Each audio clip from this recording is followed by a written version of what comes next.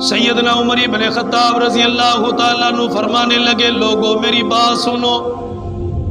اور بات سننی نہیں ہے بلکہ میری بات کی اتباع بھی کرنی ہے، پیروی بھی کرنی ہے،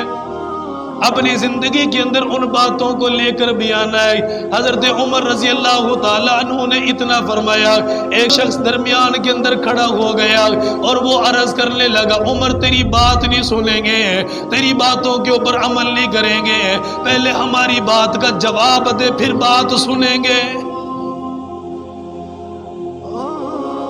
سیدنا عمر ابن خطاب رضی اللہ تعالیٰ عنہ زمین کے اوپر بیٹھ گئے۔ آپ نے فرمایا تم میں سے ہر ایک کو حق حاصل ہے، سوال کرے گا، اعتراض کرے گا، میں جواب داؤں تو میں جواب دوں گا۔ وہ شخص کہنے لگا عمر یہ بتا تیرے جسم کے اوپر یہ کپڑا کہاں سے آیا، یہ چادر کہاں سے آئی ہے، اتنی اعلیٰ قسم کی چادر تو نے پہنی ہوئی ہے، تیرے پاس ایسا لباس نہیں تھا، یہ لباس کہاں سے لے کر آیا؟ حضرت عمر کی آنکھوں میں آنسو آ گیا، آپ سے بولنا کوئی نہ گیا، آپ سے جواب نہیں دیا گیا۔ آپ کا بیٹا عبداللہ بن عمر کھڑا ہو گیا، مجمع کے اندر سے نکلتا نکلتا ابا کے قریب آ گیا، اپنے ابا جان کو دونوں بازوؤں کے ذریعے سے سہارا دے کر کھڑا کر دیا اور فرمانے لگے ابا جان جن کے بیٹے جوان ہو جائے ان کے باپ رویا نہیں کرتے، ان کے باپ کی آنکھوں کے اندر آنسو نہیں آیا کرتا، ابا جان میں آپ کا سہارا ہوں، ابا جان میں آپ کی طرف سے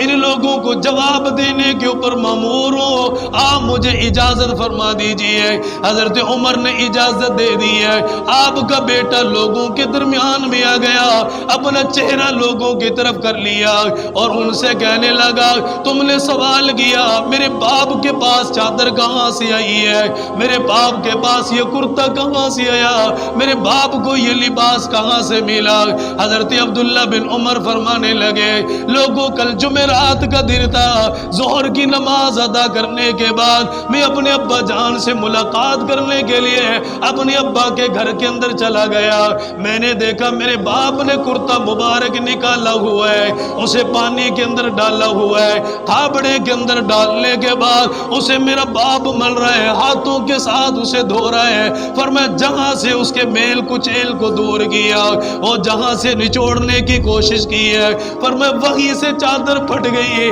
وہیں سے چادر کے اندر سوراخ پیدا ہو گیا۔ جب میرے باپ نے چادر کو دھو دیا، اسے دھونے کے بعد دیوار کے اوپر سکھانے کے لیے ڈالنے لگے، میں نے کہا ابا جان یہ کپڑا پہننے کے لائق کوئی نہیں جسے جمعے کی نماز کے لیے آپ تیار فرما رہے ہو۔ حضرت عمر نے فرمایا بیٹا اس کے علاوہ چادر نہیں جس چادر کو میں لے سکوں۔ حضرت عمر کا بیٹا فرمانے لگا ابا جان بیت المال کے اندر سے چادریں آئی ہے، سب کو ایک ایک چادر ملی، آپ کو بھی ملی، وہ چادر کیوں اپنے جسم کے اوپر نہیں لیتے؟ حضرت عمر نے فرمایا بیٹا چادر چھوٹی ہے، عمر کا قد زیادہ بڑا ہے، وہ چادر میرے جسم کے اوپر پوری نہیں آتی ہے۔ حضرت عمر رضی اللہ تعالیٰ عنہ کا بیٹا وہ رونے لگ گیا، اس نے کہا ابا جان ایک چادر مجھے ملی، ایک چادر آپ کو ملی، میں اپنی چادر بھی آپ کو ہدیہ کرتا ہوں، میری چادر کو لے لیجئے،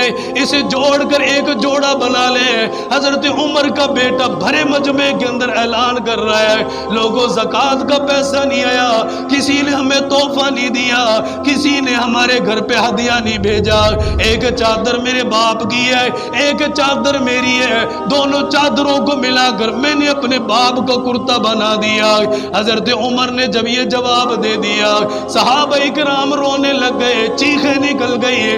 وہ کہنے لگا عمر اعتراض کرنا مقصد نہیں ہے، عمر آپ کے جانے کے بعد دنیا والوں کو پیغام دینا مقصد تھا، جیسے میرے نبی نے انصاف کیا آپ کے بعد صحابہ نے بھی انصاف کر کے دکھا دیا۔